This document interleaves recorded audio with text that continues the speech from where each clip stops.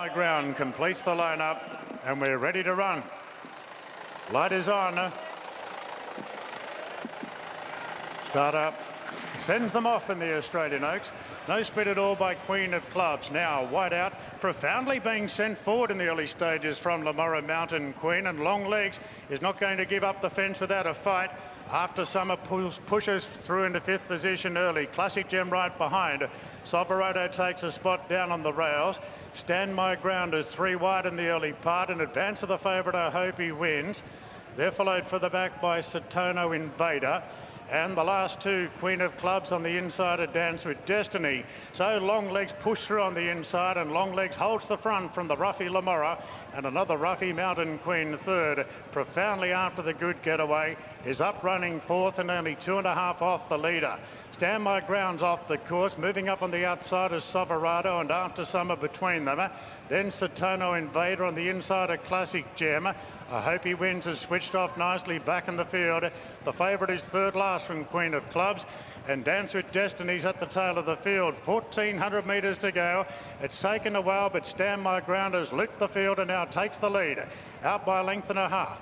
Lamora goes to second, and Long Legs races third on the inside. Then came Mountain Queen, who effectively is 1 out, 1 back. Profoundly now 5th and about 6 off the lead. Then Soverado. After Summer is next to the outside in the red cap. Then Satono Invader. Classic Gem and the white cap is next in the running line, followed by Queen of Clubs. Now I Hope He Wins is now second last and would be about 15 lengths off the leader, and the Ruffy Dance with Destiny last. So it's Stand My Ground, 800 to go, leading the way by 2.5 lengths from Long Legs. Then came Lamora. Mountain Queen being roused along on the outside. The runs are starting a long way out. Profoundly just sits back in 5th, about 3 off the lead, taking its time. Then came Soverado. After Summer, Classic Gem improves. Still third last as I Hope He Wins, but the field is starting to bunch up now. It's Stand My Ground, turning the corner in front of the Oaks, but here come the runs. Profoundly gets going, so does After Summer the outside. Classic Gem, and I Hope He Wins in the white blinkers is winding up on the outside. Profoundly takes the lead at the 200. I Hope He Wins, she's looming ominously today, and I Hope He Wins moves up to Profoundly with After Summer fighting in the middle. I Hope He Wins gets a half on Profoundly and After Summer, and I Hope He Wins claims the Oaks double. I Hope He Wins a half length from either Profoundly or After Summer. Classic Gem running home into 4th, and they absolutely gap the rest. 10 lengths to Soverado, then Dance with Destiny, Stand My Ground, Mountain Queen, Queen of Clubs, Lamora, Satono Invader. Long Legs, the leader, early, has finished last. Can you believe it? 60 Group 1s between the pair of them now. 5 Oaks for Chris Waller, 3 for James McDonald. She was a long, long way back, but you knew she was travelling. But she had to fight hard, and now she's a dual Oaks winner. She just has that staying prowess over a few of these other contenders in the field. I tell you what, there were some great runs in behind her, but none was better than hers. You're right, Bruce, back in the field, circle the field. The pace was genuine enough for him to be able to angle out at the right time and build into the race. A massive performance from Profoundly. Classic Gem, also the Dom Sutton trained galloper as well in After Summer. All of them ran super, but she was just superior in the end. No one was able to come from us that far back as I Hope He Wins, and being able to run the 2400 is such a big asset. Yeah, definitely, Lizzie. She just loved the 2400 metres, and she's just a real classy Ocean Park filly, and being ridden a lot quieter. The speed was on up front. We saw them take off early after even rolling along, and it just set the race up so beautifully for Profoundly, who gave a really good kick, Bruce, but off Profoundly's back was I Hope He Wins, and she was just too strong for them. She was, and for Dom Sutton, 3rd and 4th, I mean, it's a huge effort, really, Massive. isn't it, for him? Yeah, it really is. I mean, it's bittersweet. I mean, he's been... When I think about how many times he's been beaten by such a small margin in a Group 1, his first ever Group 1 runner, Peroche, ran second in a Group 1, and then he comes out and runs second in a binary stud stakes, and then he's run 3rd and 4th. Look, his time will come. He's placing his horse as well, but you can't take anything away from the winner. She was back last and circled the whole field to beat them all. And what a job she's done in her first prep. So Caulfield Cup sort of screams at you for a filly like this, does it? 4-year-old mares, it's hard to do something. Even Eliana struggled last year. was a 4-year-old. I mean, I said struggled. She was in high company, but you would think that Chris now, with all these wonderful mares, he can plot and plan, can't he? Richo, 60 between the pair of them. It's quite remarkable, 60 Group 1s between the pair of you and James McDonald. So congratulations. Only the 4th filly to win a New Zealand Oaks, and that's a great achievement. Yeah, well, I can't take all the credit. Obviously, I've been entrusted by Yu Long, Mr. Jang, Sam Fairgrey, and all of their team. And, yeah, Andrew Scott and Lance O'Sullivan did a great job with her prior to coming to me. Plus, they gave me a hand with her as well. So they were very friendly and very helpful, which I've got to thank them for. Yeah, end of February, she won a New Zealand Oaks. She arrives with you. How hard is it to pick up the pieces with a filly who's just won a Group 1? Not hard at all, because you know the horse is good enough. It was just about keeping it simple. Maybe we got it a little bit simple first up. I think she just needed the run. But speaking to Lance O'Sullivan, the confidence he had in her, like he said, he's one of the best horses that he's ever had to deal with. So it's a pretty big comment coming from Lance. Yeah, and a special connection, that New Zealand connection for you? Oh, we're Australian now. We're Australasians. We're all together, aren't we? We're all cousins, brothers. We fight together and we enjoy racing together. So yeah, no, it's a special for sure. Congratulations, mate. Thank you. Big stuff there with the master trainer. So Tempted will be the overwhelming favourite. What a Randwick record she has. She goes in the next, the Arrowfield. $1 million race for the 3-year-old. She's one of a couple of fillies in the race that have got such a CV behind her. Things for him when he won the Arrowfield. And this was a cameo. It was her only run, basically. She was first up for 147 days with Jolly Star, and we know what she's gone on to it. And last year, sometimes we say about the Slipper, oh, they don't go on. These two have gone on. Yeah, they certainly have. And the Slipper always produces horses, whether they win or not. They always produce good horses come through. This is Tempted. Very unlucky not to beat Mahuna here, but hasn't Mahuna done well? And, of course, won the Galaxy. Yeah, doesn't she like a driving finish? She's brave, isn't she? Look at it. This could be one of 6. And then she puts her nose out when it counts most and says, no, I want to win. She is a winner, that's for sure. And so's Tempted. Her record at Royal Randwick's unbelievable.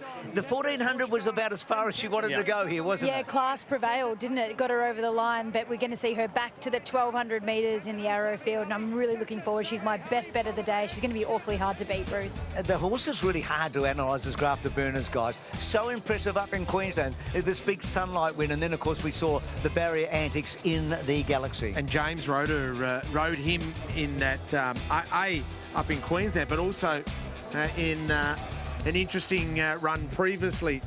What do you do with it? You know, a horse that keeps playing up. What do you do? Brow band. What's the brow band meant to do? I suppose to stop him rearing up. Right. He thinks there's something above him. So hopefully that works today.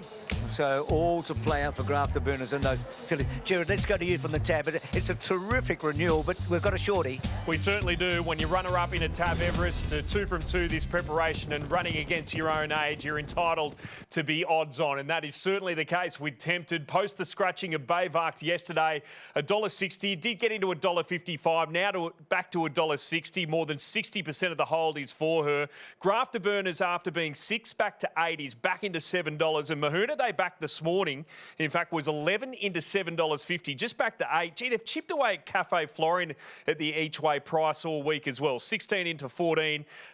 Skyhook out the gate, 9 out to 14. Devil Knight and Beedman also pretty friendless here in betting late. What are you really gambling with? For free and confidential support,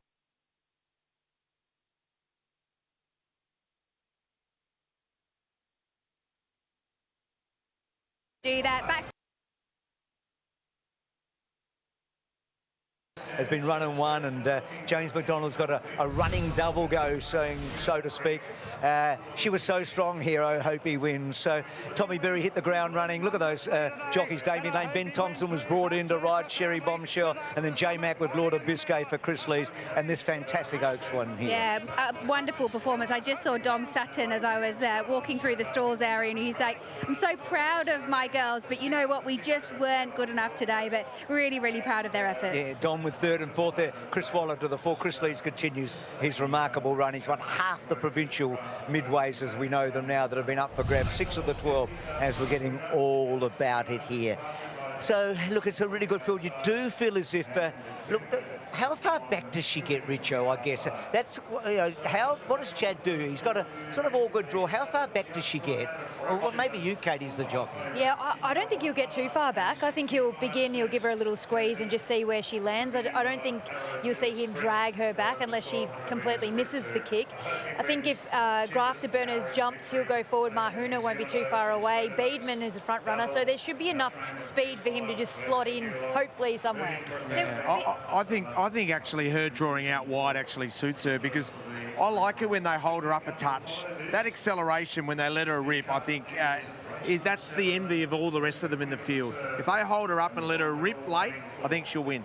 And I think, Lizzie, the fact that Ohopo wins was able to come from the back will give Chad a bit of confidence here, because the first 3 or 4 races looked on pace, didn't they? They certainly did. And when you look at a horse like this, she's at the moment, her CV is lengths ahead of anything else in this field. So really, we're just talking about the draw. She could have a bad run in transit and still win this race on her ear.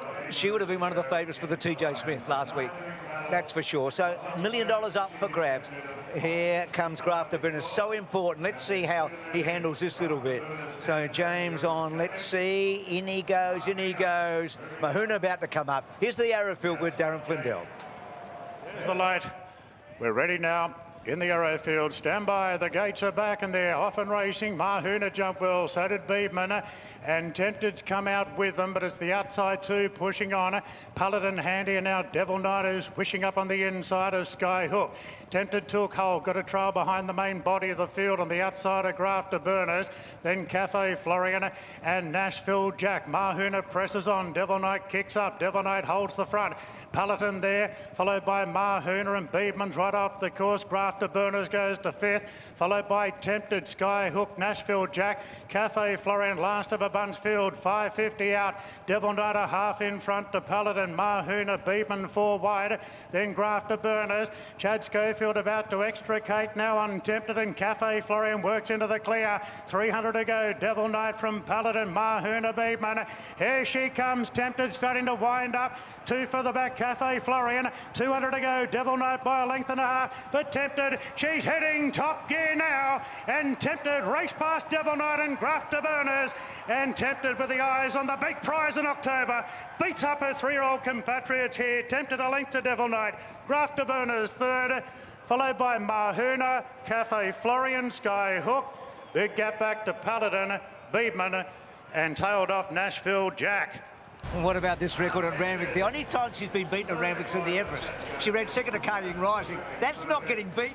That's winning in so many ways. Look, she's special. We know that. It was a beautiful ride, actually, by Chad. He did everything right, didn't he? Yeah, well, it set up beautifully for him. The speed was on, and then when James McDonald took off on Beedman, it gave him a beautiful card into it. Once she balanced up, you just knew it was all over. She's a really special filly, and deserved here to get another win on the board, Lizzie. Yeah, lovely performance and lovely ride, as Bruce mentioned. He may have been on the best horse in the race, but you've still got to get the brakes at the right time, and he was able to do that. Back from suspension, he's missed a lot of the carnival, so a lot of these jockeys want to be able to make the most of each of their opportunities, and he was able to do so. She is a wonderful little filly, I tell you, but there's not a lot of her, and she's quite amazing. She packs a massive punch. She's got a big heart and a really, really big motor.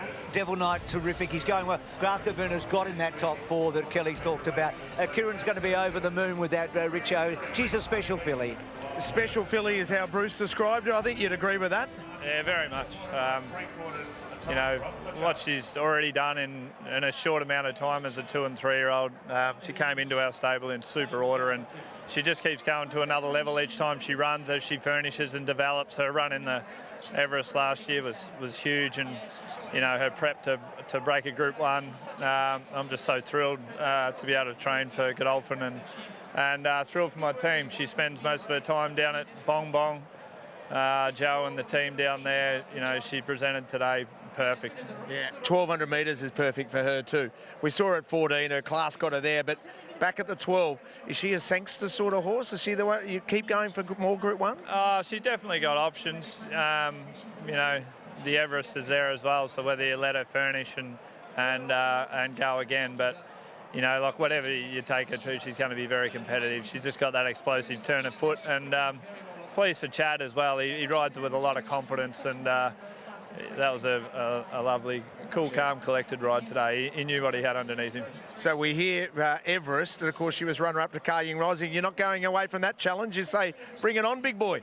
Yeah, well, the thing is, he looks like he's getting better as well. So anyway, it's a good problem to have. I'll discuss it with the Godolphin team, Andy and Jason. They're great to deal with, and I'm just thrilled. Congratulations. Cheers. And her well-known owner, Tony Otterbray, of course, is her biggest fan. He absolutely adores her. And he's with Croft at Royal Randwick for What's a Big Day. Now I'm here with a very special owner, a man who owns a beautiful horse, a champion horse, Pride of Jenny. Tony Otterbray, how are you? And oh, Pride of Jenny's joined us right behind you. Oh, there you go. Have a look at that, eh, Croft? Nice to meet you, mate. And yeah, this is Pride of Jenny here, and we've got a beautiful strapper with her, and yeah, she's fantastic. And how is she? Is she good? Yeah, she looks great, and yeah, she seems very happy and bright, so yeah, very good. She's ready to rock and roll. And tell us about this amazing horse, because she's really changed racing, hasn't she? The ways that she gets out in front and she fires along, and she's got heart. She's got a bigger heart than Farlap. Yeah, she has. No, she's incredible. There's not many horses that have ever come across in a lifespan like she has. She knows me well, so she's only pushing me because she likes me. So I like you too. yeah, but on the footy field, mate, you flatten me, you would. No, she's a phenomenal horse, and you know, I'm so pleased and happy to have such a wonderful animal under our care, and we will look after her. And yeah, she's a ripper. She's amazing. We absolutely adore her. We love her racing style. I'm a little bit scared, I must admit. But what are we expecting today? Are we just going to fly the lids? Yeah, today we're going to go 100 miles an hour straight away, and you know, if they can stick with her, well, that's great. If they can't, well, that's their bad luck. But she'll be going out 100 miles an hour, and we'll see how we go. Hopefully she can last the journey. You're great for racing. You're amazing for racing, and you're doing an incredible job. Well done. Thank you. Thank you, Sammy. Thank you. First run in 1862 as the Jockey Club Handicap, the Harbour City's iconic 2-mile handicap was later renamed the Sydney Cup. The legendary Carbine was an early dual winner, and with the race run in autumn, he wasn't the only Melbourne Cup winner to leave their mark on the Randwick feature. You've done it again, bossy boy. Mackay first. In 1980, the Sydney Cup received Group 1 status and was fittingly won by a 14-time Group 1 king. Kingston Taylor's going to win the Sydney Cup in a walk. He's 5 lengths in front coming to the line. In 1999, Tie the Knot was the last to go back-to-back. Back-to-back Sydney Cups for him. Ah, but what a stayer. Tie the Knot wins from Ears Ronnie. Although in 2017, polarisation was first across the line in what was controversially declared a no race. It's going to be a gutted Corey Brown when he realises the cup is off. 2 weeks later, when they ran the race again, it was a familiar result. Polarisation, he's running out of it, but he wins the Sydney Cup. Thanks for that, Em. So the history, 160 runnings of the Sydney Cup. Whiskey on the Hill gets here in a rather unusual way, but he became a serious horse towards the end of the spring, didn't he? Yeah. He was very good late in Melbourne, where he was able to win that Queen Elizabeth on the final day. Yeah, he sure was. He's certainly a stayer on the rise, isn't he? As you said, he's had a strange preparation. He's come back in troop, and then once he got out to the 2600, he won quite well, Richo. Yeah, because I was a little concerned that he was a little flat after his such a solid spring, as Bruce, you touched on, when he really went through the grades and superbly won the Queen Elizabeth. I thought that was a long campaign. Maybe he's struggling a touch, but he showed in the Roy Higgins he's right. So let's have a look at him here. We've been talking about Whiskey on the Hill here. He was so strong here. He held the favourite, and we're going to see the favourite in this race as well. Yeah, I just love the way his style. He really gets down low, pins his ears back and points his nose out. He's a real proper stayer. He's got a great action on him, so I can't wait to see what he can do today. So Rachel King, Katie's won 2 of the last 4 Sydney Cups. She's got a big chance on New Look today. 160 runnings, no jockey's won more than 3. So 3's the maximum. So if she gets there, she joins the other 8, and some of them are the greatest jockeys that we've had in Australia. She's in the best form that she could be in leading into this race as well. She's riding so well, narrowly missed out on one earlier today, but yeah, I'm really happy with the way that she's riding. Should be the one that was disappointed, though, with the sunny conditions, because that horse really loved the rain-affected track. And Richo, the confidence of Luke Cartwright, because Machine Gun Gracie, fascinating, a live chance. He's going for his first Group 1. No claims or anything here. He's a youngster, we know all about, but this is important that he gets a ride in these races. Yeah, he's got to go back, 23 years when Honor Babe was the last 4-year-old mare to win this race. And there's Jamie Mellon, the star of our sport. And if she could do that, it would be something quite remarkable. Caulfield Melbourne Cup, Sydney Cup, last done in 1967 by one jockey. Here's Jamie, she's with Emma. She rides the favourite in the Sydney Cup in Mr. Monaco, and Jamie Mellon, fresh off a Group 1 in the Doncaster last weekend, riding a favourite in a 2-mile race. You've got to have fitness on your side, and I'm sure you've got that, as does he. Absolutely, and last time I spoke to you before coming out here, it was a really, really good win, so hopefully that happens again. How do you feel about the pace in the race and where you want to settle in the run? Yeah, sticky gate, but look, we're going to let him be positive. Fingers crossed we can just slot in sort of 4th or 5th. Look, it didn't affect him last start being a touch wide. Fingers crossed we're not wide, but worst comes to worst, this horse is going to run the trip out. He's a fit horse, he's got fitness on his side, but I think it's just all up to me to try and slot him in somewhere. Still a lightweight, but not as light as last weekend. I'm sure you enjoyed yourself somewhat during the week. Yes, I had a big breakfast, I'm feeling good. Go and enjoy it. Thank you. Well, Mr. Monaco no longer favourite for the Sydney Cup. Cracking betting race for the first leg of the quaddie today. But now River of Stars, the punters are circling in on with James McDonald in the saddle. Having got to $7.50 in betting, it's now into $4.80. And Mr. Monaco, having been $4.60s out to $5.50. Machine Gun Gracie has been a firmer all week, as you can see, traded as long as 15, short as $7.50, now $8. Soul of Spain got to 9, just back into $8.50. Duakibo's a firmer today, 13 into $9.50. Litzdale's a red result in the tab book. The winner last week, New Look, is a drifter and pretty friendless in the betting. The worst way for tab in the race is Hutchins. We've written a stack of bets at huge prices, $51, but traded as long as $201. What are you really gambling with? For free and confidential support, call the number on the screen or visit the website. Thanks, Stuart. So good money, River of Stars. So she was 3rd last year, Katie, and since then she's been 2nd in the Caulfield Cup and 3rd in the Sydney Cup. Yeah, she certainly, in the Melbourne Cup. Yeah, she certainly can stay. There's no doubt about that. She's drawn a good barrier. James McDonald's riding well. River of Stars will join Wakeful 1902 as the only mare to score as a Sydney Cup top weight and saddlecloth #1. So it's been a long time. Yeah, it's a big challenge, but look, she's the class. Changing of the guard. Look, he was 9th in the Chairman's. He was 9th in the Melbourne Cup. He was actually 4th on the home turn in the Melbourne Cup. Yeah, look, if he can get full control of this race and Jason Collett can rate him perfectly, which I know he can do, he knows the horse quite well, it would not shock me on top of the track to see him give a really big kick. Let's see what Lizzie has to say about Soul of Spain. He's had a good campaign. Well, this guy's lovely and relaxed and switched off and taking it all in his stride, and he looks $1 million as well. He's definitely one of the main chances. You have to have him somewhere in the mix, and when we see these stayers, we want them to conserve their energy, and that's what this one's doing.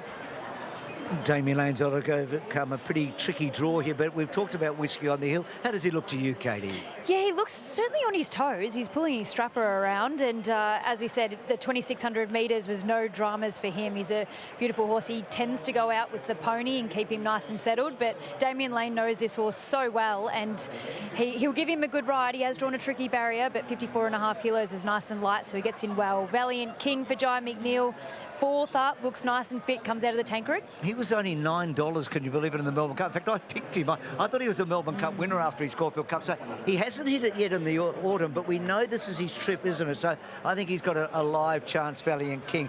Piggyback, she's been going well, and off for Tancred. Kiramar using that weight for age. That's a good angle, I think, like River of Stars. I think so too. So she's certainly in the betting. You can see there at $14. She's drawn well. She gets in nicely. Nice lightweight on her back, and Zach Lloyd, it just switches her off. She'll be there in the finish. 3rd time lucky for one of your favourite horses out of the basket. 2nd a couple of years ago, 5th last year. He runs well in this race. Yeah, he's such a beautiful horse. If he can find a nice rhythm and be there to pounce with a lightweight, he will be. He loves the 2 mile and he loves a nice firm track. We've talked about Kiramar versus Chris Waller and all of that. Here's another one for Kibo. Third has been in the market, hasn't quite knocked it down, but he's very, very consistent. Yeah, he's sort of just looking for that win, isn't he? He's been racing so well this preparation as we get down to one of the favourites with Lizzie. It's going super this preparation, Mr. Monaco, and he's going to be really, really hard to beat off his recent form. He looks magnificent. He's quite up and about in the yard, so sometimes I prefer them to be a little bit more switched off and relaxed. He seems quite excitable, but overall, beautifully turned out, and he's going to prove very hard to beat. Well, that's a good tick.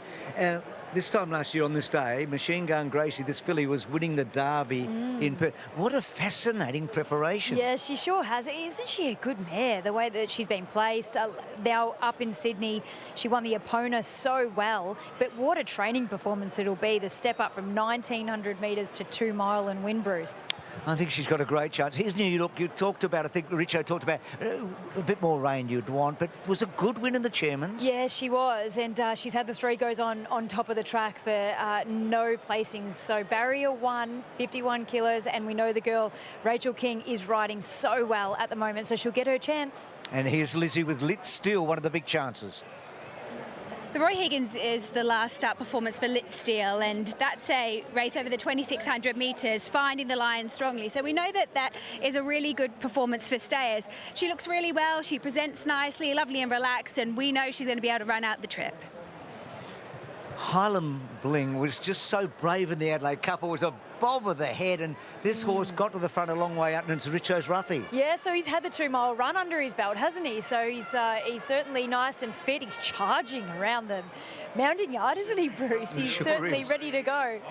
And a good smile from Ben Thompson. He's already had a winner today. He's a great guy. And look, Hutchins, on his Australian form, 1,000,000 to 1, but he's a 2 miler and some, isn't he? Yeah, well, he's by the mighty Frankel out of a high chaparral mare, so he's bred to stay all day, and he's got no weight on his back and a good opportunity for Alicia Collett. Jared, it's a big betting race, always is. Give us the market mover from the tab for the Cup. Honourable mention Machine Gun Gracie, 9 into 750, but has to be River of Stars. A good go in the last hour or so, 750 into $5. So $7.50 into $5, and even maybe a fraction shorter before they jump. Lizzie, you've had a good look at them. Give us your all-important pick of the yard for the Sydney Cup. I didn't realise that she'd been so confidently supported. River of Stars looks magnificent. She's spot on. This is the best I've seen her. This preparation, she goes on top from the yard. The other horse that looks absolutely magnificent is Mr. Monaco. He paraded really nicely, and Soul of Spain. What do you look for in a 2 miler in the mounting yard? Is it different? Yes, you do. You need them. I really like them to be relaxed and switched off and trying to conserve their energy. Mr. Monaco would have been pick of the yard, but he wasn't absolutely perfect. But River of Stars, it's like she's been there time and time again. And probably also the big factor is the more racing that they have, the better they look in their skin, the better they look in their condition. Sometimes you want them to actually be building condition as they go through a preparation. We talked about Wakeful being the last mare to carry the #1 saddlecloth and win in 1902. She was the best mare of the 20th century, probably. But 56.5 with a 51 minimum, it's not a massive ask, is it? No, that's fair. I mean, 9 of the last 11 years, the winners have been in that 50 to 52.5 range, and she's got 56.5, but she does only concede that 5.5 down to the bottom weight. But the bottom weight doesn't have the form that she has. I mean, she's been to the 2 miles twice. She ran 3rd in the Sydney Cup and ran a terrific 4th in a Melbourne Cup. I mean, that's different gravy compared to some of the other horses here. And I like the Tancred as the leader, but Yeah. it's a classier option. We've got the Manion with Mr. Monaco, we've got the Chairman's with New Look, but I like that Tancred. And that's what Arapaho did. Arapaho ran 4th in the Tancred last year and won the Sydney Cup. River of Stars runs 4th in the Tancred. Emma, a big race, and you've got the Hayes boys. Yes, Ben's with me with Machine Gun Gracie, she a big girl. She is a big girl. No barrier extension up here, so they've just got to open the back of the gates to let her bottom in. Yeah, they do. We actually asked them. We said, I thought we had a barrier extension, but here they just open them, so let her big bottom out. But she's probably one of the bigger horses in our yard, and you can see there she's lovely and relaxed. We love the way she paraded, and fingers crossed she can relax like that in the race and run out a strong 32. 5 from 10 is some sort of effort. Over from WA, what would be a training performance is the 19 to the 32. What have you done over the last couple of weeks to allow her to get the 2 miles? Well, her trainer over there, Justine, had her in great order when she came to us. She already had some good fitness on her side, and she's now really 5th up. She's been in work quite a long time, and they do it in the Cox Plate. They run in the Cox Plate, and a couple of days. It's not 3 weeks, but it's they do that, and they've won races doing that. So she's naturally very fit, and I think at the tempo, and if they do run it at it looks like they run it probably a fast tempo, but she'll be running well, and we're excited to see how she goes. Very happy with her. All the work's been good leading into it, and she played really well today. So a little bit more excited. It'd mean a lot for you and the boys. CS won a Group 1 Sydney Cup, and so did your dad. For to be third generation would be something special. It's always special when you can be the third generation. We will be very proud, and we're just thankful we get the opportunities with horses like this. So we're very happy with her, and fingers crossed. Good luck. Thank you. Good on you, Ben, with Emma there. So 14 to go in the $2 million Sydney Cup. So just a couple to come up. Huge crowd here. Don't we love it when they go past the post twice? There is something special about these races. Here's Darren Flindell for his call.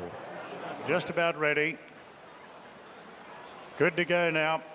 It's Sydney Cup time, and the gates are back. They're off and racing over the 2 miles, and Litzdale jumped well. So did Mr. Monaco, wide out, rolling forward. Litzdale there together with Juakibo. Now, there's plenty having a crack here for the early positions. River of Stars is poking through. Then New Look Athabaskan. Whiskey on the Hill was there, but drifts back now. On the outside of Piggy back, then Valiant King. A gap to Soul of Spain, and Hutchins last of all. Right, coming to the turn the first time, changing of the guard on the inside. Changing of the guard from Litzdale. Juakibo 3 up, Machine Gun Gracie. Mr. Monaco is the widest, and allowed to roll forward here in the hands of Jamie Mellon, and is pushing on into a forward roll. Just off the speed, then came New Look, position down on the rail. Further back to River of Stars, Highland Bling. Then Athabaskan, Valiant King, Piggy back, Hutchins, Soul of Spain. Whiskey on the Hill is the last one. Changing of the guard with the blinkers on. Dry track today. Shows the way here for Jason Collard, and the well-fancied Mr. Monaco gets the spot at his hindquarters. Machine Gun Gracie goes to a clear third. 2 lengths away to Juakibo, then New Look 5th down on the rails. Further back then to Litzdale, well positioned in advance of Highland Bling, then River of Stars. From Valiant King, Athabaskan's Hutchins, Piggy back. Soul of Spain, Whiskey on the Hill is last, and about 16 lengths off the front runner. So it's changing of the guards at the 1800 metre mark, just loafing along, enjoying his action. Out by 2 lengths on Mr. Monaco. 2 further back to Machine Gun Gracie, is travelling pretty strongly there in third spot. New Look creeping a bit closer on the fence, followed by Juakibo. Highland Bling is pretty relaxed behind them in the red cap. Further back to Litzdale, a length into Valiant King on the inside of River of Stars. A length and a half to Hutchins from Athabaskan, Piggy back, Soul of Spain, and Whiskey on the Hill is last of all. They've gone inside the 1400 metres in the Sydney Cup of 2026. And one of the long shots in front, changing of the guard by 3 lengths now on Mr. Monaco, and New Look continues to pinch ground going to third, followed by Machine Gun Gracie sitting a bit wider. Further back to Highland Bling from Juakibo, Valiant King. River of Stars is taking off from back in the field. James McDonald said it's time to improve his position on the favourite, and River of Stars is starting a good run around the field. Changing of the guard inside the 1,000, leads by 4, now 3, now 2. River of Stars moves up on the outside at New Look. Mr. Monaco has been relegated to 4th. Then came Machine Gun Gracie, followed by Hutchins. Further back then to Highland Bling, improving on the rails from Juakibo as they really up Bandy now coming to the turn. 600 metres to run, and New Look now moved up. 2 changing of the guard, and River of Stars is being pushed along in third, having taken off early. Mr. Monaco's under the pump. Further back to Highland Bling running into it. Into the straight, changing of the guard, giving a great sight from New Look, and Highland Bling's coming off heels. Further back, Soul of Spain running on. Changing of the guard, 250 to go, beat off New Look, then Soul of Spain, Highland Bling further back to Piggy back. Litzdale with a big run late. Changing of the guard inside the 100, and narrow leader from Soul of Spain holding. Then came Highland Bling, but changing of the guard has won the Sydney Cup at big odds, beating Soul of Spain and Highland Bling. Then Athabaskan, Litzdale. Further back to Piggy back. New Look. River of Stars took off early but didn't see out the distance. Further back, Mr. Monaco, beaten a long way out. Then Valiant King from Hutchins, Machine Gun Gracie, Whiskey on the Hill, and Joaquibo. Enormous result here. These famous Williams colours. Nick's about to join us. Chris Lees, of course. Nick, what a day. And for Chris, of course, with County Tyrone, of course, and all of that to win the Sydney Cup for you and Lloyd and all of the crew. Look, we've got a very loyal following that come in these horses, of friends with us that have been in them for near on 20 years now. And you know, it gives me great pleasure, obviously, to win with them. And, you know, they've been in over 100 horses with us. But really, today's about Chris Lees. He's, without question, the nicest man in racing. And for him to have this success for us, I just could not be more happy for him. He's a lovely fella. And as you say, his first Group 1 winner was County Tyrone after his dear old dad died. So it's a great day for him. Good on you, Nick. Those colours are oh so famous. Emma, what a segue to go to the man himself. And here is Chris Lees. Chris, this is a race that I know means a lot to you. I think of old County Tyrone. You've won another Sydney Cup, mate. It's a great thrill. You know, to win in them colours too. What a great thrill. Got a lovely rated ride. I thought he's actually nearly going too slow. You know, he got him right back to 14. He goes quicker in track work most mornings. But he upped the ante when they come up around him, and it was really pleasing. Great thrill. That was one for the true faithful, though. So what was the key? Drier track was the key? As he's got older, he's a little bit cunning. I don't think he looks after himself when the tracks are wet, and he held back last week. You'd see he just didn't have that same action that he's normally got. We saved the blinkers, we set after the Melbourne Cup. He ran a bold race in the Melbourne Cup, said we'll save them for Sydney. So it was a good plan, and happy to get the win. Yeah, so for Lloyd and Nick, to pick you as one of their trainers must have been a great thrill right at the start. Huge. It was exciting just to train for them. You know, Nick's a really good mate, and to train for Lloyd and you know, to win a prestigious race like this is a huge thrill. Oh, that's amazing, mate. Well done. Thank you. Cheers. Great stuff, mate. Well done. What a day for Chris Lees. I mean, he wins the provincial, but he sort of does that every second year. But to get this on the back of County Tyrone and for those colours, so 3, 4, 15 and 9.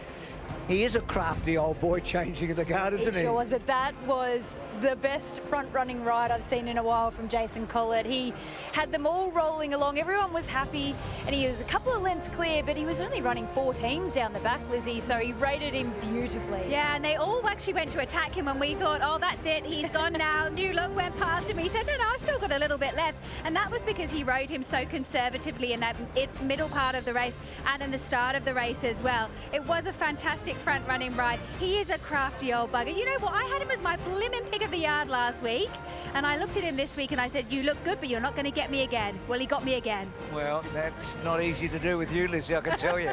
Anyway, he did, changing of the guard. A 3rd and 4th for OTI. Old Arthur Baskin's run his normal race, and Highland Bling was terrific as well. And Solar Spain at one stage looked like he might pick them up. Great stuff with Chris Lees, mate. I mean, and Nick Williams is just over the moon. Look at the celebrations. Oh, it's just fantastic, isn't it? And what a great ride from Jason Collett. He rated that horse brilliantly. Certainly did. There is Emerson Lees and, of course, Marshall Lees, Chris's 2 children who are alongside him. So a really special moment as well. I reckon Pride of Jenny's going to go faster than changing the guard in the next, don't you? The Queen of the Turf out in front. So she's waiting. We saw her with Crawford, Tony Odelray earlier. And we love Jenny. We all love Jenny. It will be incredible if she were to win here today. It would be something that we'll all celebrate. So that's coming up pretty shortly. So we're going to talk to Jason Collett after the break, and then Autumn Glow's coming up in the not-too-distant future, and all the fanfare around her. Here's Crawford. So changing the guard 4 years ago, he ran 5th in the Derby at Epsom, the most famous, and then went to Royal Ascot and won. And here he is winning the Sydney Cup today. It was a classic front-running ride by Jason Collett, and Emma's with him now. That's one way to win a Sydney Cup, Jace. 14 the furlong, a couple in the middle there. Absolutely unbelievable how you were able to get him to go completely to sleep. Yeah, he was... said to me beforehand, he struck a wet track the other day and his wheels spun, and I was probably a bit more critical of him. But today, as they said to me, he said, you know, if he finds the bridle, he'll want to do it, and he did. Yeah, it was very lonely out down the back straight. I loved it though. It's a good feeling when a horse gets in a rhythm like that. Like I said in the post-race scene, we don't probably get too many opportunities here in Australia over these distances, so yeah, it's cool. Do you enjoy riding over the 2 miles? I mean, it looks like that you wouldn't blow out a candle right now. Not really. I like shorter chip races and staying races, to be honest, but look, that's only just due to the way Australian racing is. You know, you don't get the chance to ride horses like that, and ones that win Melbourne Cups and that often, so it's pretty cool. To win a Sydney Cup is special. It's a time-honoured race since 1866. Tell us about the kick that he gave you in the final couple of furlongs, though. There were a couple of late challenges. Did you get a scare? He's very tough, as I think everyone knows, but I think when Rachel King come to me down the side and he didn't throw in the towel, I thought, oh, that's a change. So that definitely gave me a bit of confidence, and again, it's a long straight, but look, it's pretty cool to win a Sydney Cup. Congrats, mate. You're closing in on double figures now with Group 1s. Well done. Thank you. One to go. Well done.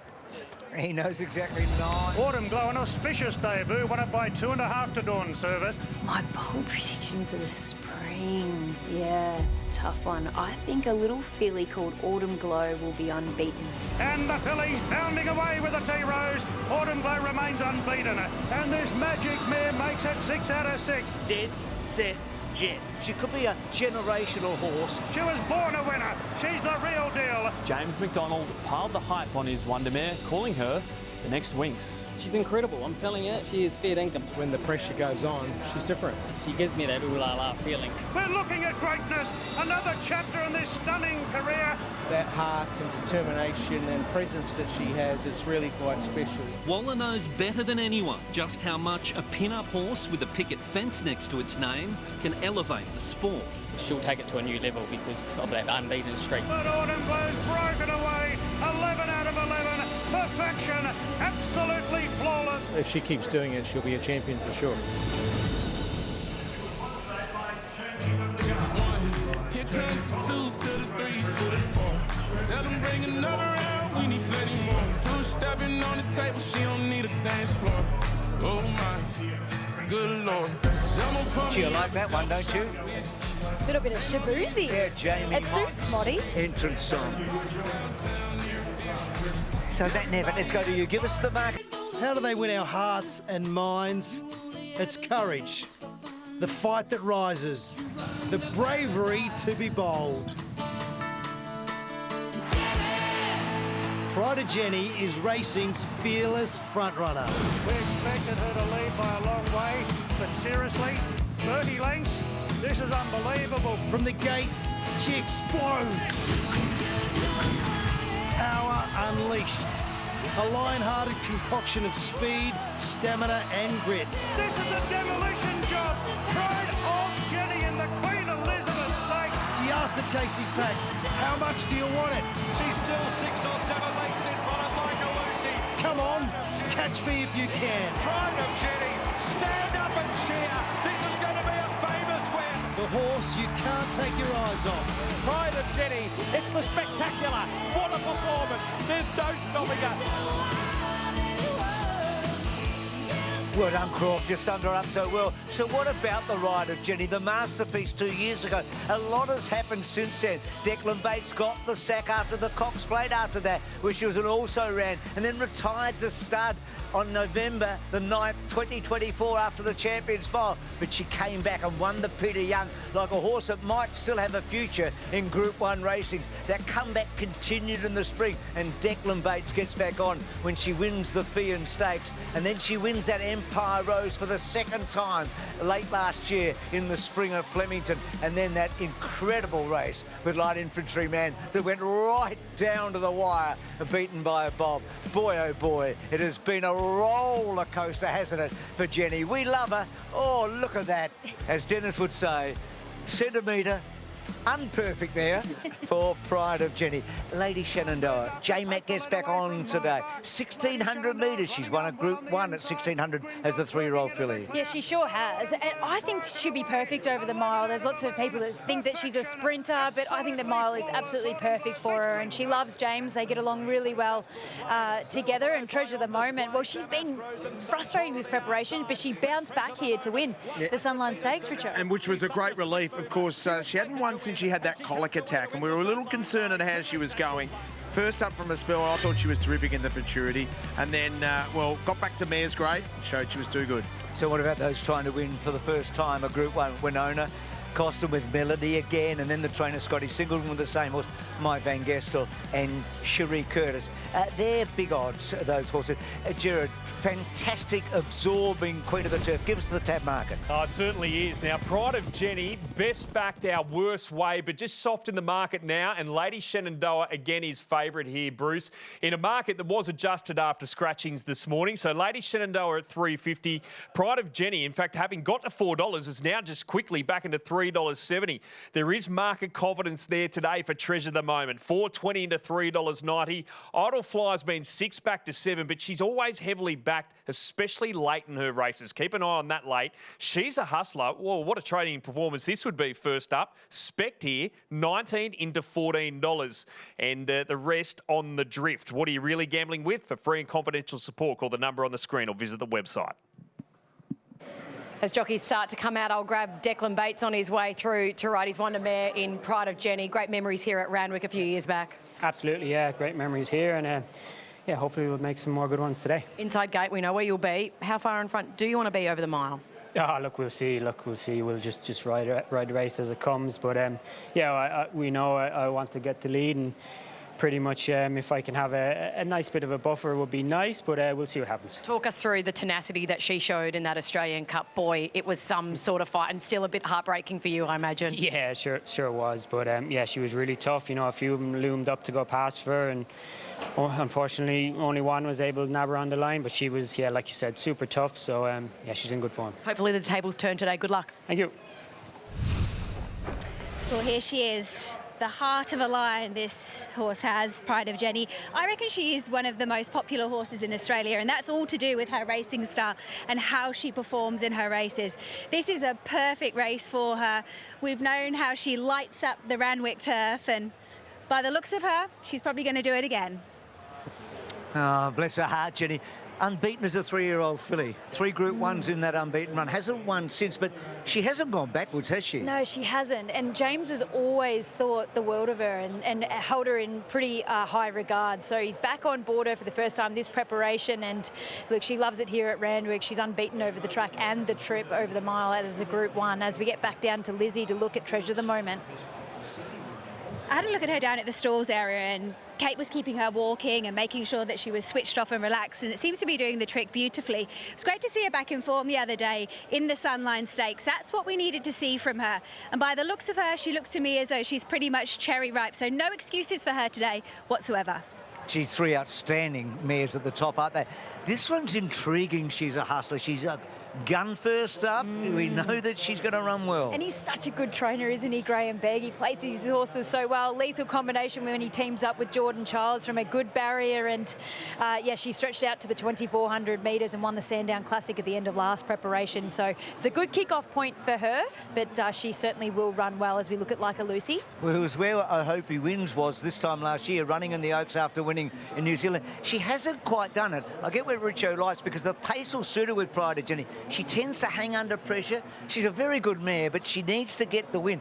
Arctic Glamour, I think they're going to ride her really quiet. I think she's going super. Is she good enough, though? Yeah, this preparation, she's been around the mark, hasn't she, out of the Coolmore Classic. You could throw a blanket over them in that handicap race. She ran enormous, so she is third up. She's nice and fit now. So she is one of the chances. Let's go back to Lizzie talking about going well. This one is absolutely flying, Idle Flyer. This is her toughest test to date, Idle Flyer, and she's certainly worthy of having a Group 1 start. She's got a great turn of speed. She's a touch inexperienced in comparison to a few of these other horses in this field, but she seems to be hitting her straps at the right time this preparation. Beautiful coat on her, really bright and well, and she'll need a lovely ride from Zach Lloyd. Melody again's going well. She's been at really big odds in races like the Coolmore Classic and the Newcastle Stakes, but she hasn't been far away. No, she hasn't, has she? Behind some pretty good horses like Lazura and Tuileries, and the last preparation she was running around some nice horses like Yorkshire. So Yeah, if she gets all the splits, she'll be thereabouts. Just whether or not she lacks a little bit of class, but it'd be a great story if they were to get their first Group 1, Winona Costin and Scott Singleton. Jason Coller's got his backside up right now. He's flying with the breeze after the Sydney Cup. She was so impressive 2 starts ago in the aspiration. Not so good in the opponent, but she's a quality filly. Again, is she good enough at the weight for age? And the same with Dark Glitter, who hasn't won for a while, but look, she's a good mare. She's been a great mare, won over $500,000 for her connections, and she's had the 42 starts, and she's been thereabouts majority of her whole entire career. As we look at Modella, Chad Schofield teaming up with the Curtises out of Rosehill Gardens. Was a good winner in a benchmark 88 a couple of starts ago, and then comes out of the Emancipation. So is that the form coming into here? Probably not, but if she gets her, she won't be too far away. No, I think you've summed that up perfectly. Jared, let's go back to you. This is interesting. Who have you made the market mover from the tab? I think you'll be happy with this, Bruce. Treasure the Moment. Just got another little twist in 10 cents. So $4.20 to $3.90. I'm seeing now $3.80 on my screen. So, Jared, who's going to run favourite? It's Lady Shenandoah will run favourite, it looks like. Okay, what a big go. Lizzie, you've had a good look at this is quality, isn't it? Which way are you going? Well, my top selection is Lady Shenandoah as far as form is concerned, but I can never put her on top from the yard. She's always sweating. She's always just a little bit on her toes. So I have gone with Pride of Jenny. She looks magnificent. Hopefully she's pulled up well from that last start performance in the Australian Cup. If she has pulled up well, she's going to put up a mighty performance. But as I mentioned, Lady Shenandoah looks great. Treasure the Moment, she gets a tick, and you can see that there's plenty of market support for her. I really think it is about the top 3 in the market. They're the horses that really stand out. Okay, that's fascinating stuff. Let's go down. Idle Flyer's a big chance. Matthew Smith, the trainer's mic'd up, speaking with Zach Lloyd, the jockey. Don't need to change anything. No. Stick to the plan. Yep. Try and maybe get on the back. Treasure the moment if we can. Yeah. And if you can't, just get some cover. Keep it simple. She always tries her best. Obviously, with Jenny in the race, we don't really want to be the bunny taking the field up to Jenny. We can't control what she does. We just got to ride our race to the best of our situation, and I think it's a big help having the 2 favourites drawn underneath us. Well, 2 of the fancy runners. We'll try and get on the back of one of them. Doesn't matter which one. I think they're both going to do a good job for us, and just trust her. She's going well. I think, she'll love the fast tempo. We just need to. And I'll take you into the race. Yeah, I'll take you where you want to go. We're going to win. We're going to be the last 100. So get to the outside. You guys are going to be a bit. Matt Laurie with Treasure the Moment, and she draws well again today. Is your worry that she might have to cut up the rest of the field behind the Wonder Mare in Pride of Jenny? Yes. What have you spoken to Jock about that then? Oh, it's just such a fine line, you know, like, yeah, you try and stay close, keep her within your sights, and then, you know, maybe you beat Pride of Jenny, but you soften yourself up and then you set it up for some horses running on, and there's a few here that are stepping to this grade, but they look like they've, you know, really got the potential to go on with it. So, you know, it's delicate. I've just left it to Damien earlier. I wasn't really sure what to say, but he'll work it out upon leaving the gates, and just try and keep him within his sights. How she bounced out of the Sunline Stakes 3 weeks ago. What have you had to do with her to get her ready for her grand final? Really well. 3 weeks is a nice gap, just staying to the mile. And look, she's been up here this week. She had a gallop on Wednesday. That work was very good. She seems really happy today. So, we got our fingers crossed. We think it's the right race for her. Pride of Jenny just throws a bit of a spanner in the works. You're a true team. Kate's still strapping the mare, I say, which is the winning formula. You don't want to change things? Yeah, well, it seemed to work last year, so thought we'd go with that again. But look, it's a big team effort. This horse has been here a week, but we're just looking forward to seeing how we go today. Young man just took a deep breath as well. Are you nervous? Are you nervous, Harry? Hello. How are you feeling about it? I don't know. I don't know. Took a deep breath. Take a deep breath and enjoy it. Good luck. Good on you. Thanks.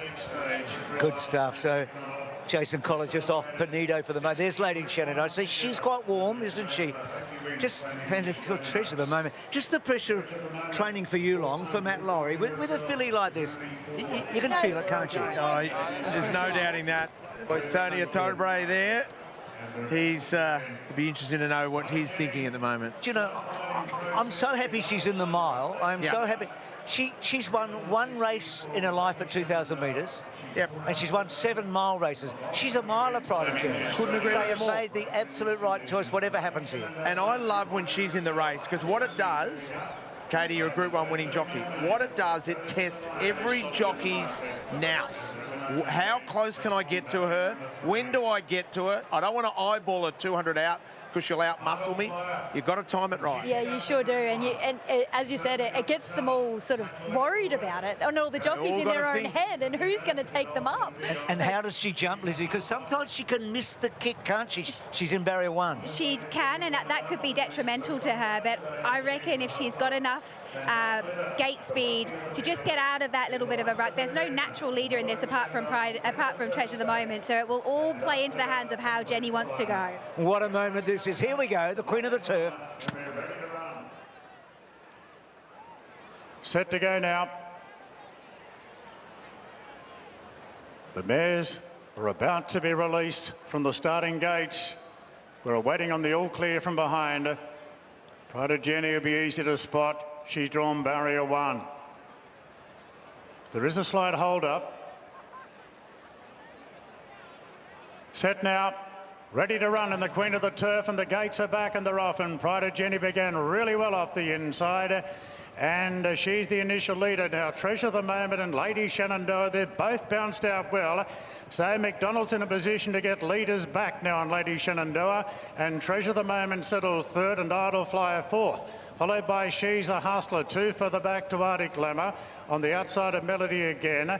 Further back Like a Lucy from Medella. 2 off 2 Panito, and Dark Glitter is back last of all. So Declan Bates ensures the pace is good on Pride of Jenny. 1,000 metres to go, and she's 4 or 5 lengths in front. Lady Shenandoah in a clear second.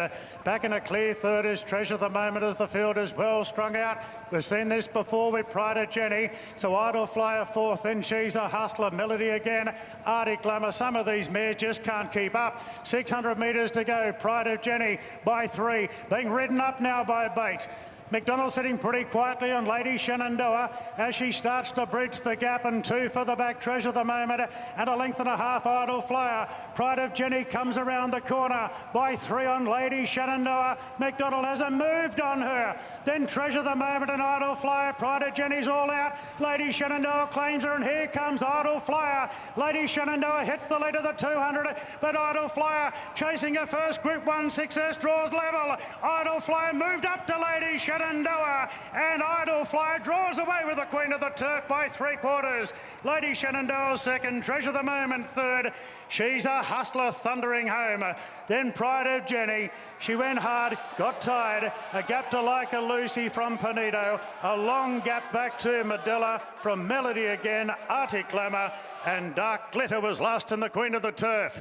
It was a fantastic race. It's a magnificent result for Matthew Smith and Zach Lloyd. Here's Matthew. We had them wide up, didn't we? Zach was talking about what he might have to do. Here's the celebration.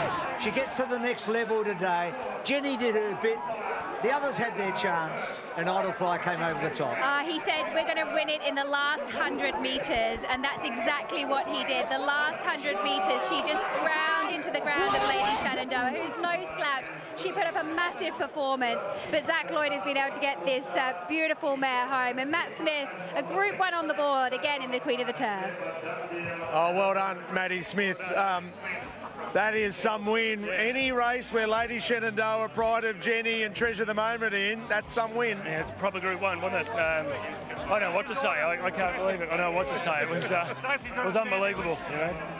And the group of owners here have just been remarkable. Yeah, no, we've got a great crew in the horse and great supporters of the stable, and just can't believe she's won, you know. I knew she was going good, but I didn't think she could win that, so we'll take it. Tell us a story about this girl. She was a relative cheap purchase? Yeah, she was. Lex and Sandy Tall. Lex gave us a few horses to look at the classic sale, and Brett Howard and myself went through them, and by some fluke we came up with her, and here we are today. But Lex and Sandy been great supporters. I've trained for them for 20 years, and so it's nice to get a good horse for them. Yeah. I'm looking at Mel, and she's got tears in her eyes. Why does it mean? Why does it mean this much? Look, it's what we get up in the mornings for. It means a lot, yeah. Super. It means everything to us, you know. Fantastic. Well done. Hey, Mel, you're proud of your boy today? I am. Very proud, you know. We have you come into a carnival thinking, well, she was probably our big gun, our big hope for the carnival. And, you know, it doesn't always go to plan, but, you know, there's a lot of preparation, a lot goes in the background, and an awesome team of staff. And that's how we get here today. You know, as they say, there's highs and lows, but the highs certainly outweigh the lows. Yeah, no, for sure. Mario, who rides her work, he's a big part of our team, and she's not the easiest ride in the stable. So I want to say thanks to Mario because he's done an amazing job with her, kept her sound and happy, and we've got her here today and ready to go. Family affair. Yeah, I mean, Lex and Sandy were at our wedding. Like, they've been with us for that long, you know, so we're incredibly lucky to have... Only last week. Oh, you're so kind, so kind. Mate, we're thrilled for you. What an effort. Thank you very much. Thank you. Come on. Come on. Come on. Come on. Come on. Come on. Come on.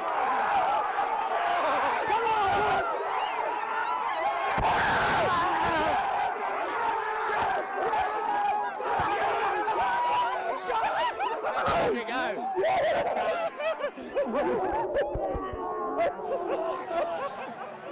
There are very few things like it. We've all experienced something a little similar, maybe not as big as that. That's just wonderful, isn't it? So his most recent Group 1 win was actually in this race with Nimali in 2022. He's got half a dozen now, and so Zach. Zach's got 3 of the half a dozen this season.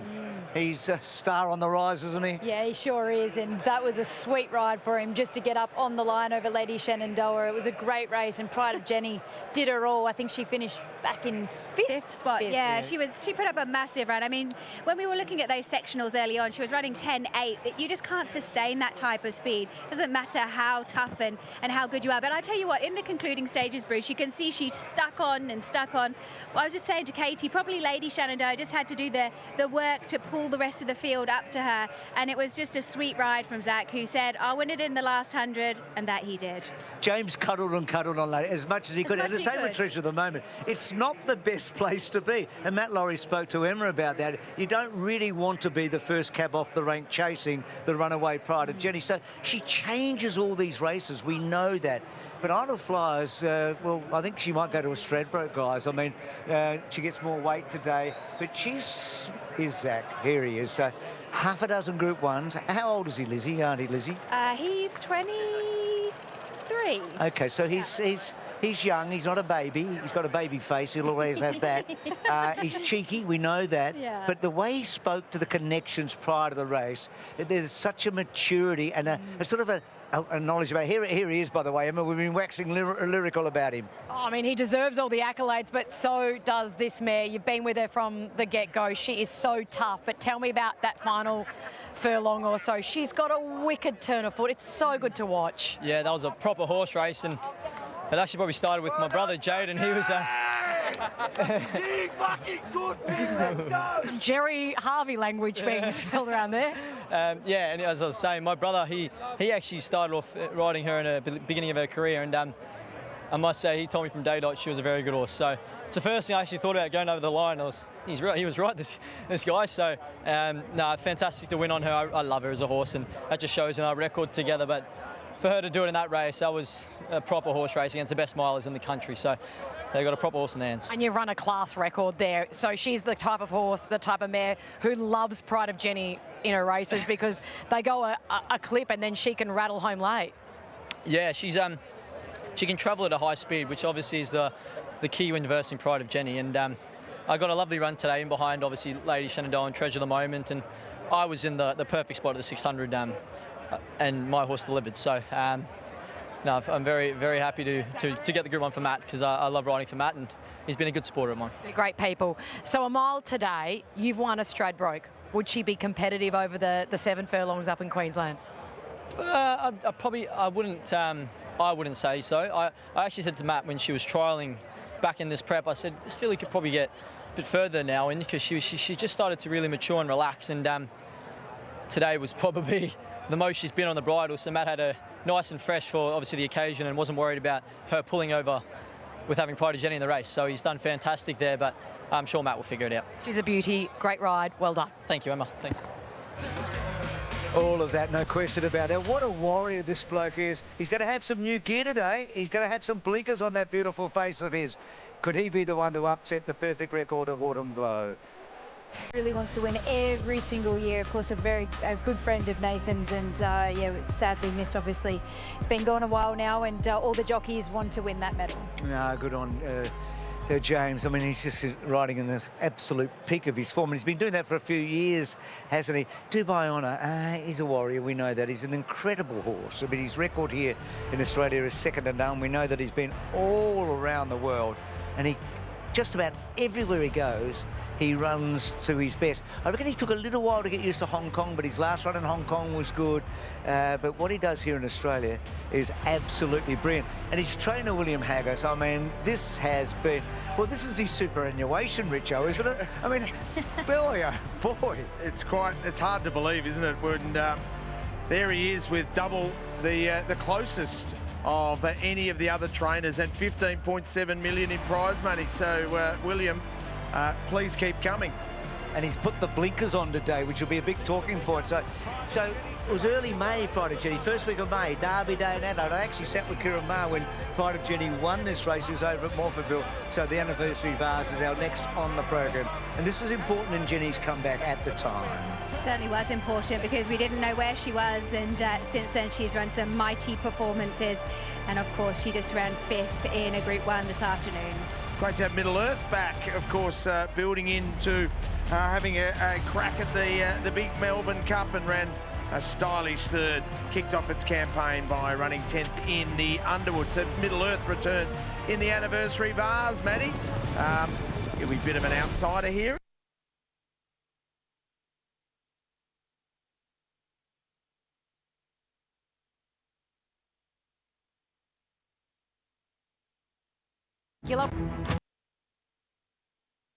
And that running in the Coolmore here behind Lazura, dropped down in grade for Graham Begg and ran third. So 8, 12, 14 and 13. Conditions getting tough there in Melbourne. So we move to what we have been waiting for a long, long time. It's been a massive build-up to the Queen Elizabeth, and that time has now arrived.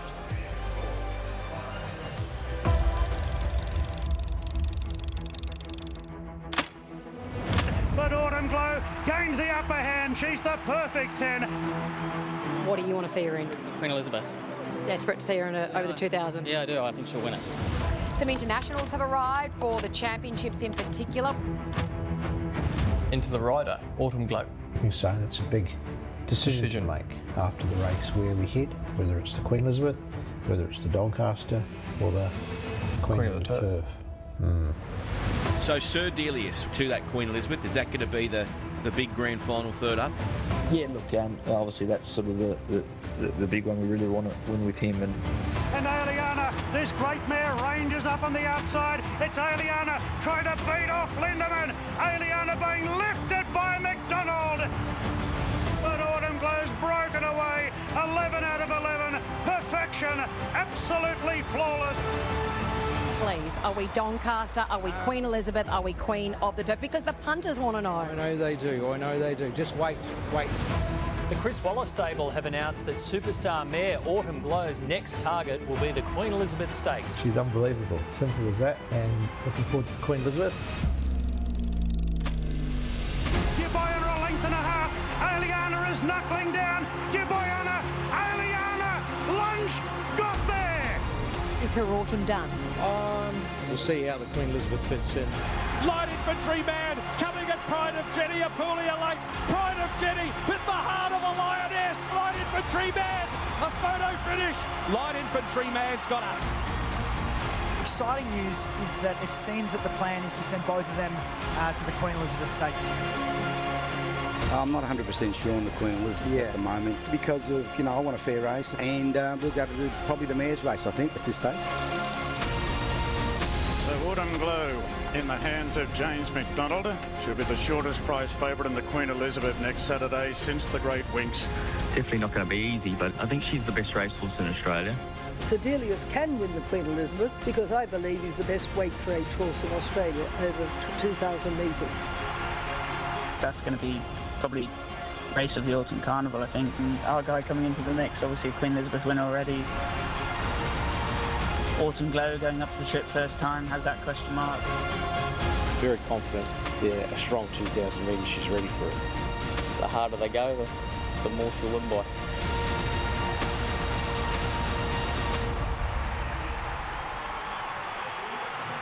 So all that's happened in the last weeks, hasn't it, as we build towards the great race of the autumn for weight for age horses with Autumn Glow. She has not put a step backwards, has she?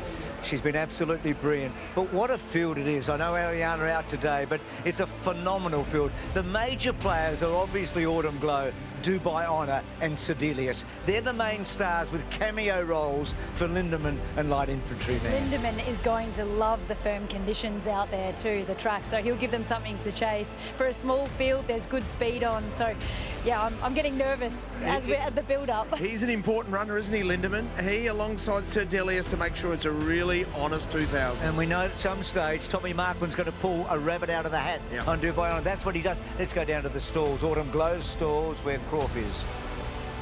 Now, normally back here in the stalls, it's always empty. But everyone wants to get a glimpse of Autumn Glow, the superstar that she is. And I've got a picture of her right here. And she's over here. They've snuck her in the corner. I wonder if she knows this is a picture of herself. Autumn, this is you. Look, she's looking. Autumn, it's you. She recognises herself. How good is that? Now Autumn Glow going through her gears, charging away now the up-and-coming stakes. Autumn Glow nicely down now, and the filly's back with a bang. Autumn Glow roars away to win the Derby Munro. Now Autumn Glow, she's starting to open up the shoulders, and here she comes. But Autumn Glow protecting her unbeaten record, and this magic mare makes it 6 out of 6. And Autumn Glow remains unbeaten. She was born a winner. She's the real deal. But now she opens up the shoulders. Autumn Glow to the length clear. They're looking at greatness. Another chapter in this stunning career. Gave them the eye and went on by. Look at the mare go. Oh, she oozes class. But Autumn Glow gains the upper hand. She's the perfect 10. And it's only just beginning for Autumn Glow. But Autumn Glow's broken away. 11 out of 11. Perfection. Absolutely flawless. It's great to see that again, but even though we know it so well, you can feel the building, and this record, well, it's perfection. Yeah, it sure is. She just has not done anything wrong. One day she got a heavy 10 track and Gangster Granny looked all but home, but she can do it all. As Bruce just said, she can be forward, she can be back, she relaxes, she can make 3 runs, but one thing she hasn't ticked is the 2,000 metres. And let's not underestimate the job that Chris Waller's done. He's been so conservative in his placement of it. That might sound surprising to some people.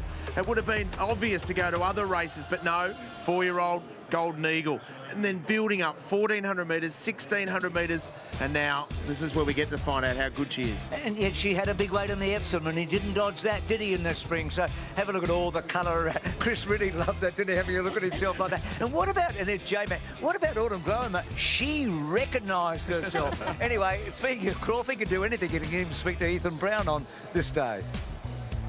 Now, I'm here with one of my favourite jockeys, Ethan Brown. Lovely to see you. Cheers, Croft. Good to be here. Now, you got a great ride today, Light Infantryman, in the Queen Elizabeth, but you got to take on Autumn Glow. So, is that in the back of your mind, or you just ride the horse? Definitely just ride the horse. It's a great race. There's plenty of good horses in it. Look, it is good to be a part of it, but he's a horse who tends to fly under the radar. Not saying we're going to go out and beat Autumn Glow by any means, but I think he can run a bold race. I think the conditions today will suit him, and yeah, he'll run a cheeky race. And yourself, you've been absolutely on fire over the last year and a half, and so much so that they've invited you to go to Hong Kong, and they want you to become a jockey over there. Yeah, it's a great opportunity.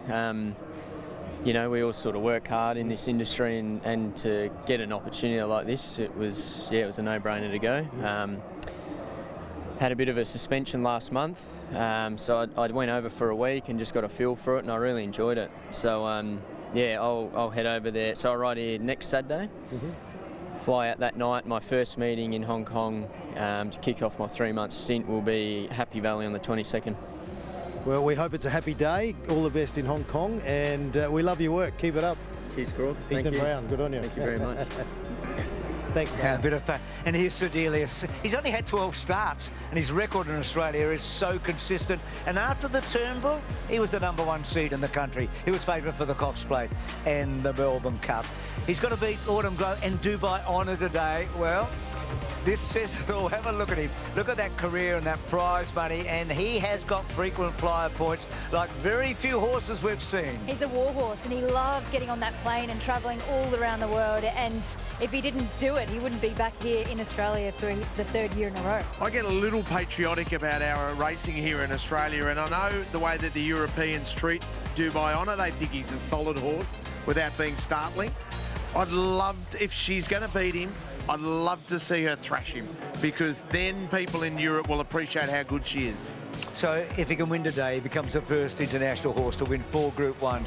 He's been quite the horse. We know that. We love him coming here. William Haggas, Tom Marquand.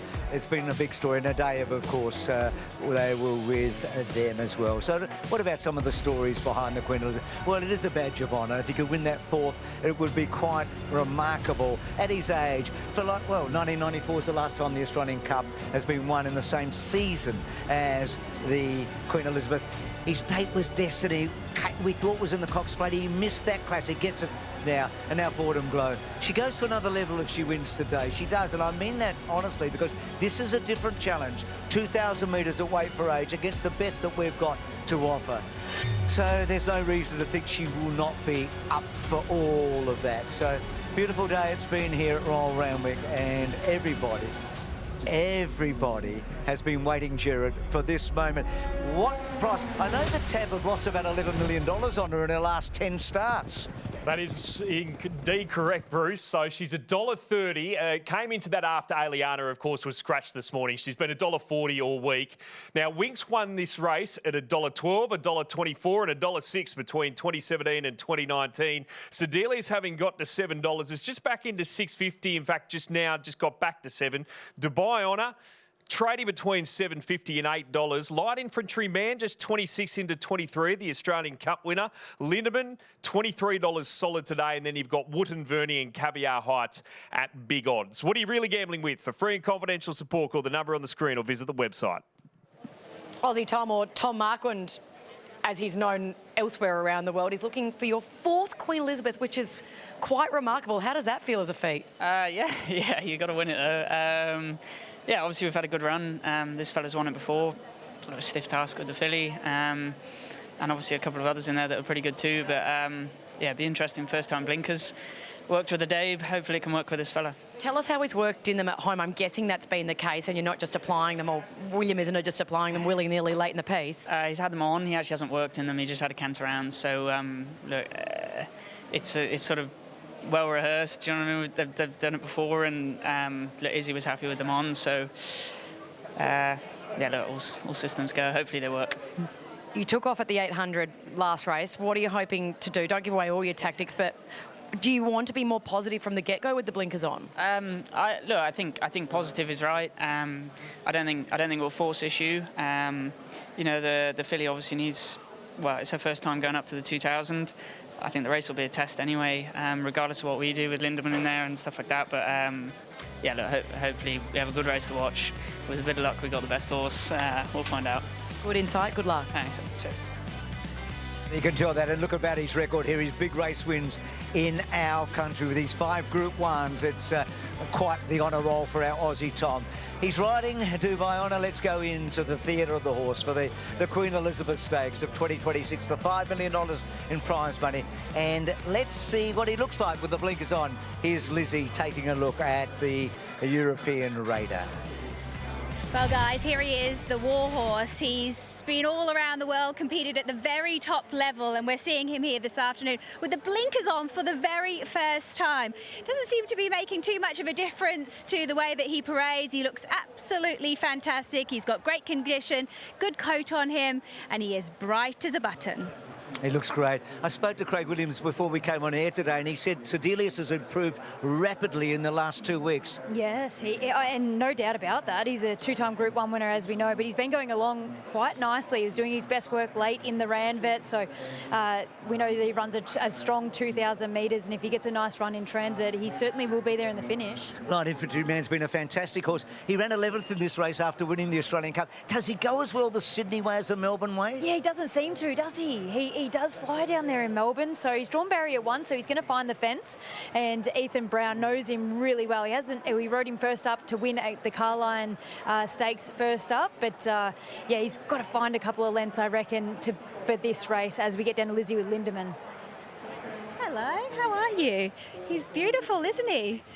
Yeah, he is a star, and he's going to be part of the on-speed racing style that he always possesses. He puts up massive performances. He really pushed Eliana, and he makes this race a little bit interesting, and he's an absolute sweetheart. He looks beautiful, doesn't he? Wootton Verde, it was so impressive in the Selwood that Chris has sort of thrown a big one at him, hasn't he? Yeah, he has. Look, he's certainly been thrown in the deep end here, but if he's ridden nice and quiet from the barrier, he'll find the line, but this is a big step up for him. And for Caviar Ha, it's similar, I think. He's the stablemate, of course, of Dubai Honour. He was second behind Wootton Verde in that Selwood. Same sort of form line. So he'll improve from having that run first up. And yeah, it'll be interesting to see what they do with the tactics here. Will they go more forward here? Let's go down and see the Wonder Horse, the Wonder Mare. She's with Lizzie Autumn Glow. Well, she's an absolute queen, and we've seen how amazing she's been throughout her career. I'm going to jump out so you can have a good look at her, because that's what it's all about, having a look at really talented horses. She is a complete package, a big walk on her, lovely deep girth, nice strong motor, and she's got a lot of strength. She's not light and lean, and you can hear them all cheering for her. They're here to see one horse. That's Autumn Glow. She's a magnificent beast. She really is. She's absolutely beautiful.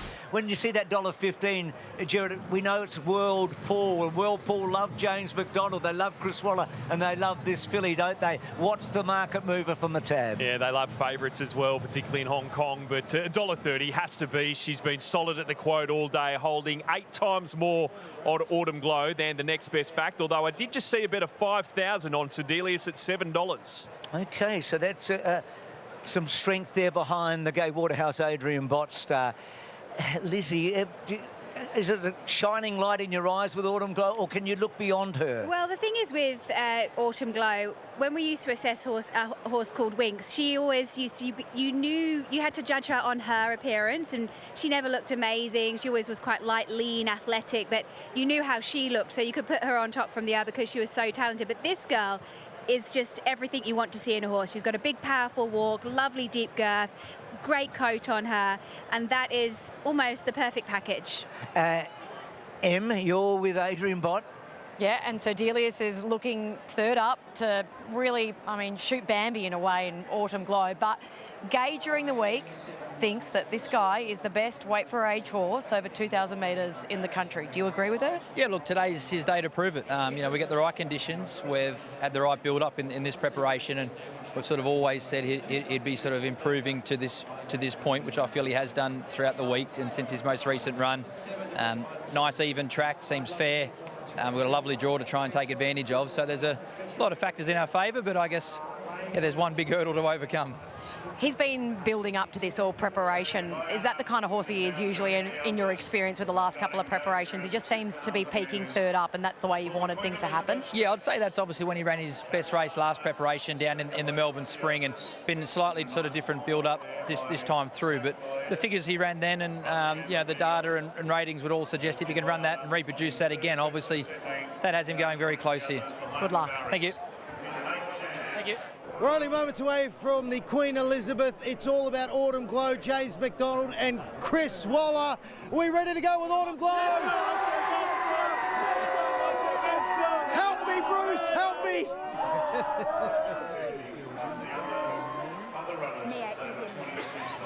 Look at that, beautiful, beautiful. They've got the colours on the girls today with Katie. Yes, Evie and Mia there alongside their mum, watching their dad do battle, and this is probably going to be big memories for them to come. Huge. This wonderful horse, and I tell you what, Katie is as nervous as I've ever seen her. This is so important, so important. She's connected with this horse from the very beginning, right? This is her Winx. This is her Black Caviar. It's been with her all the way through. What's your feeling, Richo? Oh, I think we just get an opportunity to stand and cheer. It's not a betting proposition, isn't it? You just watch, and let's just hope she lives up to everything we think. The breeding would suggest that 2,000 metres is more of a sweet spot than what we've seen in the past. So I think it's just going to be a great spectacle to watch her. It's going to be interesting. Dubai on a blinkers first time. Will he maybe miss the start? He hasn't had them on before, and he hasn't galloped in them as well. So Delius, he was so negative last time out. Are they going to be able to position much closer? Are they going to push them? There's so much, even though she is a star, she still has to overcome. And look at all the fanfare that's surrounding her. So up comes Sir Delius. Can he turn the clock back to that spring? So we get to the pinnacle race, the championship race of the championships. It really is the Queen Elizabeth. It's left us with incredible memories. Winx's last one, Pride of Jenny's 2 years ago, they are lasting. It feels personal because all of us in racing had this absolute wonder about the Pegasus, the unbeatable horse. Well, today, Autumn Glow puts that on the line. Life changes for all of us if she doesn't win today, and it's that much better if she does. Here we go. Here's Darren Findell. The light's on and we're ready to run. They're set. Racing in the Queen Elizabeth, and she left really well, Autumn Glow. Plenty of going forward though. Light Infantryman right up the inside, leads initially from Autumn Glow. Sir Delius up running third. Caviar Heights is wide in fourth. Dubayana settling in the second half of the field. Wootton Verney improves on the rails, and Lindeman's back last. Yes, Lindeman is last. Light Infantryman leads, 1,600 metres to go, and Caviar Heights rolls to second. And Sir Delius is up running in the third position in the early stages. So Autumn Glow's now fourth, and she's one off the fence on the outside of Wootton Verney. Well, Tom Marquand kept us guessing before the race. Who thought he was going to settle second last on Dubayana? And Lindeman, who normally leads in these races, he is sitting right back at the tail of the field. 1,200 metres to run. Light Infantryman 2 in front of the roughie Caviar Heights. Sir Delius is well clear of his main rivals at the moment. Sir Delius is about 4 lengths off the lead. About 5 further back to Autumn Glow on the outside of Wootton Verney and Dubayana. So Marquand has decided to track the great mare everywhere she goes. Lindeman is still last of all. 800 metres to run. Light Infantryman 2 in front. Caviar Heights looks gassed already, and quickly Sir Delius strides up on the outside and is starting to close in. So Williams is putting himself in the best position at the 600. Autumn Glow goes to fourth, followed by Wootton Verney, and Dubayana is peeling up on the outside of Autumn Glow. Around the turn, Light Infantryman shows the way. Sir Delius given full rein, and quickly Autumn Glow slices through. And here comes the great mare. Sir Delius making his beat for victory. Leads by 1.5 lengths. Autumn Glow is grinding away, and Lindeman down the outside. Autumn Glow's in trouble. Sir Delius, is this his big moment? Sir Delius 2 in front. Lindeman, Autumn Glow do the chasing, but Sir Delius takes out the Queen Elizabeth Stakes. Done it by 2 lengths. Lindeman from last second. Autumn Glow third, 2 further back to Dubayana. The gap Light Infantryman, Wootton Verney and Caviar Heights. Oh, it's his big day, Sir Delius. Life has changed for all of us.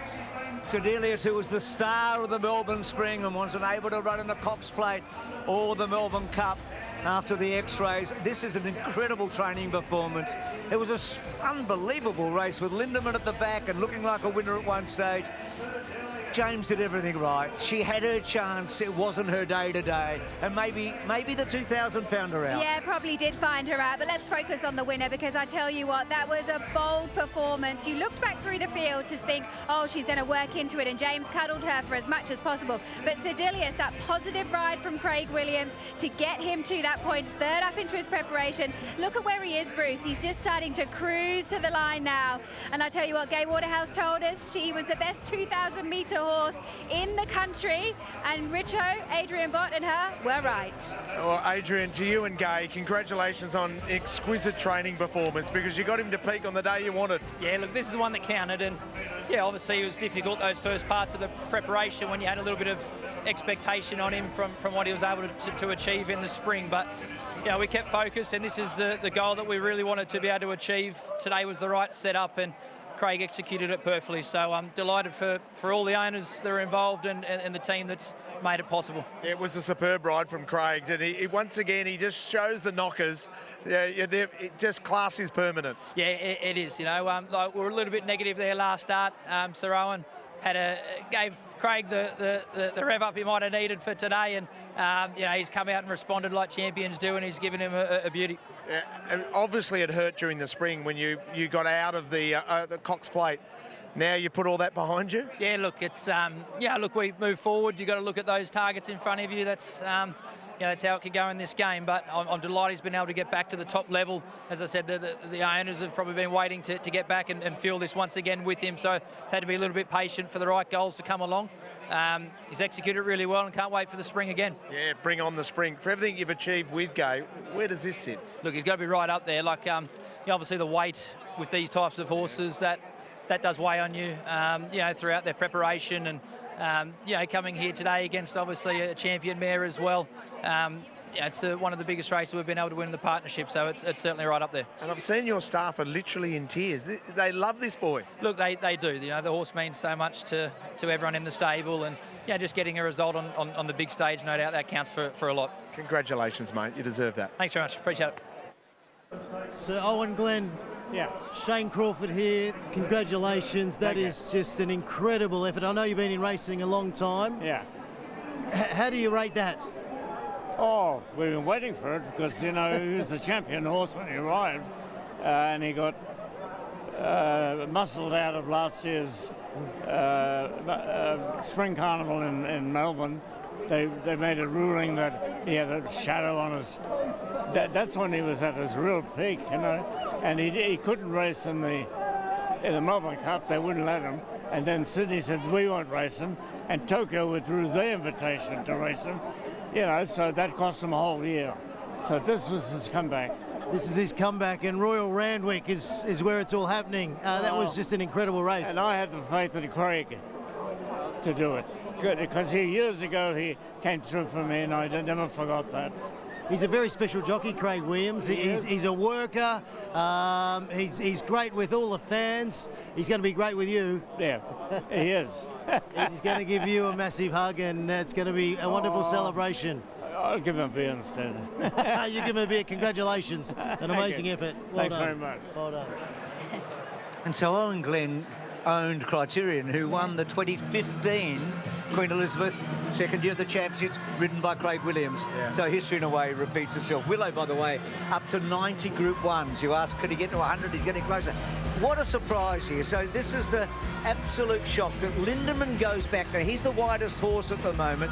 Light Infantryman goes forward. J-Mac got the break that he wanted. Sedelius had to be more positive today. He's outside Autumn Glow, and Dubai Honour springs a surprise by going back as well. Yeah, exactly right. And he went forward. When he got forward, he really had to just switch him off. And once he did that, we knew that he was always going to run out a really strong 2,000 metres, and he was brilliant last start, I thought, behind Eliana. So, and he was dragged back on that occasion. So I think being positively ridden was, you know, why he won the race today. Well, clearly when he ran last time out, this was the race, the grand final that they had in mind for him. They wanted him to be able to run third up 2,000 metres and be able to utilise him going forward and being more tactically versatile. There was a really good pace throughout the early part of this race, and you could see that even when you look back through the field, he was probably in the most comfortable position. You could see Autumn Glow was travelling nicely as well. Dubai Honour went back and Lindemann went back, so we didn't quite know how this race was all going to pan out, and it created this really nice, beautiful, easy run for Sedelius. And look how Craig just pops around Caviar Heights Richo and asks them for a supreme effort. So right now, James McDonald just rolls up behind Craig Williams, and right now, James McDonald has ridden the absolute perfect race.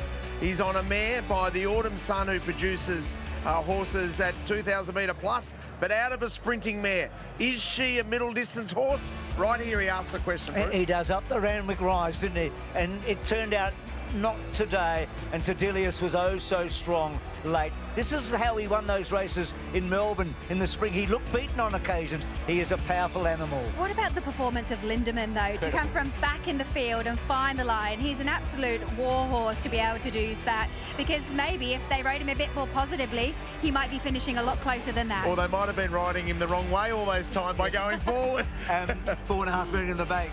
It was nearly a course record, not far out. Here's Willow with Emma. He's just weighing in at the moment, Bruce, but what a tactically perfect ride from Craig Williams as he is now, as he walks away and tries to chat to Dad, which is fair enough. But Gay did say during the week that he was the best 2,000 metre weight for age horse in the country, and I guess he's proven that here today. He slotted in front of Autumn Glow. Wow. What do you say to that? He had doubters. He was third up into the preparation, and he's had his issues over the past 6 months, but you kept the ultimate faith in this entire. Yeah, it was great. Is that Gay? Sorry? Is this co-trainer Gay Waterhouse? I've got Gay on the phone. That's all right, come on. Mrs. Waterhouse, thank you for the ride. Thank you very much. Gay? She jumped off. She wanted to talk to you, Rodney. Look, it was great. I was lucky enough to get invited to this horse when they first purchased him for a Melbourne Cup Plath, and what we had him in the spring was just amazing. And then brought him back in the autumn. The trainers, the owners had so much challenges with what happened through the spring. So can I say, and J-Mac is the flavour of the month. He promised me he'd beat him in this race. That is a true thing. He sent me an email to say he would beat him. If you're going to thank the horse, good on you. No, he was good. There you go. I was nervous about another Jerry Harvey moment there, Bruce. I don't blame you.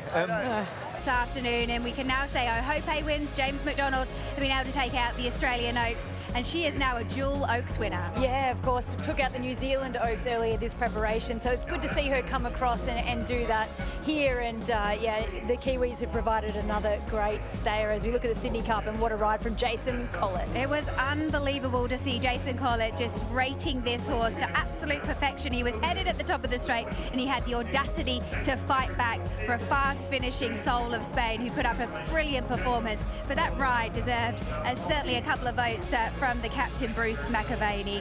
And we've seen some also not only wonderful performances.